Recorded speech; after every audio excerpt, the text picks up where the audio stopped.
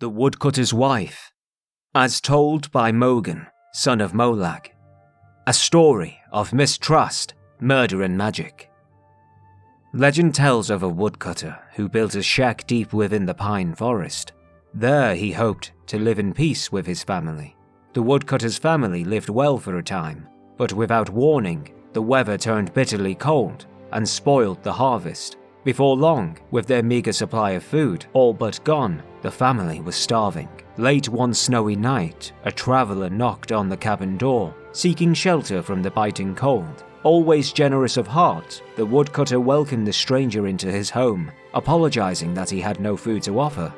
With a smile, the traveler cast off his cloak to reveal the garments of a mage. As the woodcutter and his family looked on, the mysterious visitor reached into his satchel and withdrew a scroll tied with a silver ribbon. No sooner had the wizard unfurled the scroll and read the words aloud when a great feast appeared from out of thin air. That night, nobody in the woodcutter's cabin went hungry. Day by day, the snow piled up. Every night, the mage produced another scroll from his bag and read the words, each time summoning a new feast. On the fifth night, the woodcutter's wife awoke her husband to confess her mistrust of their magical guest. Surely, she argued, there was some price to pay for the magical feasts that everyone enjoyed night after night. The woodcutter would have none of it. After nearly dying from the lack of food, his family was eating well. The divines had sent them a gift, he explained, and it was foolish to question their wisdom.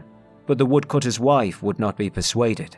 Every night she grew more fearful and more desperate. She was certain that the family had entered into a devil's bargain, and the time would soon come when the mage would ask for something unspeakable in return for his gifts.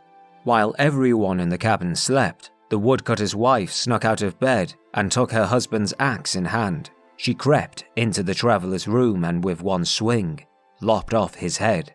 Suddenly, the wizard's disembodied head awoke.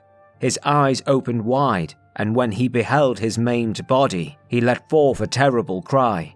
Awakened by the horrified scream, the woodcutter and his children rushed into the room and gasped at the terrible sight of the decapitated mage. With his last gasp of breath, the traveler laid a fearful curse on the woodcutter's wife. After her mortal death, she was damned to rise once again and walk the woods alone only to burn at the rising of the sun. To this day, those who walk the pine forest late at night tell tales of a weeping woman glimpsed between the trees. She carries a bloody axe, the stories say, and is terrifying to behold.